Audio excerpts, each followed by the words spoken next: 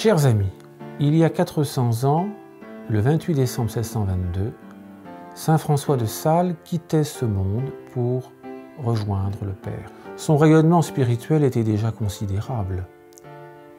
Il était tellement important que son procès de béatification fut ouvert moins de 5 ans après sa mort.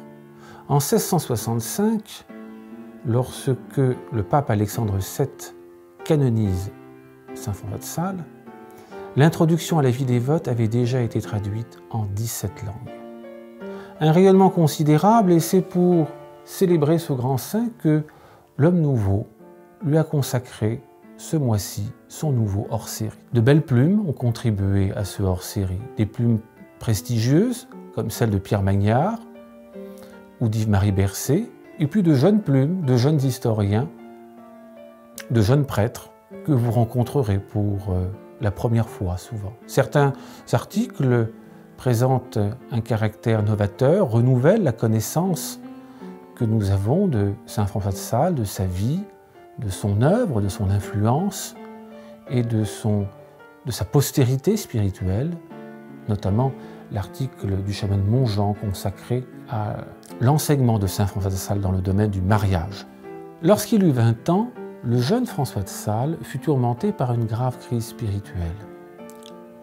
Il trouva la paix, nous dit Benoît XVI, dans la réalité radicale et libératrice de l'amour de Dieu. L'aimer sans rien attendre en retour et placer sa confiance dans l'amour divin. Il trouva alors un trésor. Ce trésor, il s'employa à le faire partager à tous, y employant sa remarquable connaissance du cœur humain, guidant les âmes qui se confièrent à lui avec une douce fermeté. Ce faisant, François de Sales joua un rôle essentiel dans le renouveau spirituel que connut la France au XVIIe siècle. Saint François de Sales invite chacun à la sainteté. Avec saint François de Sales, c'est la sainteté pour tous. Il invite chacun à la sainteté là où il se trouve, dans l'accomplissement de son devoir d'État, l'invitant à cultiver l'amour de Dieu, à aimer son prochain, à pratiquer la charité concrète, à effectuer ses tâches quotidiennes pour l'amour de Dieu.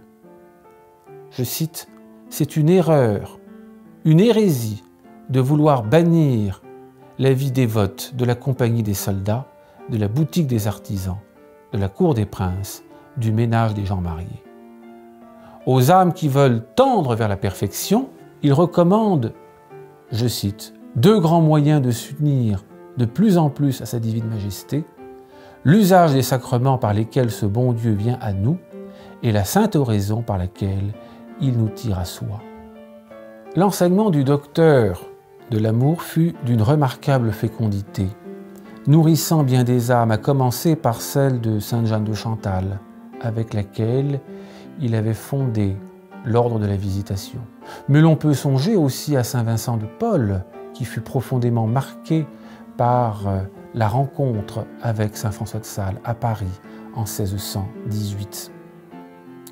Au XIXe siècle, saint Jean Bosco, l'abbé Louis Brisson ou encore l'abbé Henri Chaumont ont placé leur apostolat sous son patronage. L'esprit salésien est une nourriture fortifiante pour les âmes qui cherchent Dieu et il est certainement un puissant remède pour l'Église, pour le monde et pour la France dans la crise que nous traversons.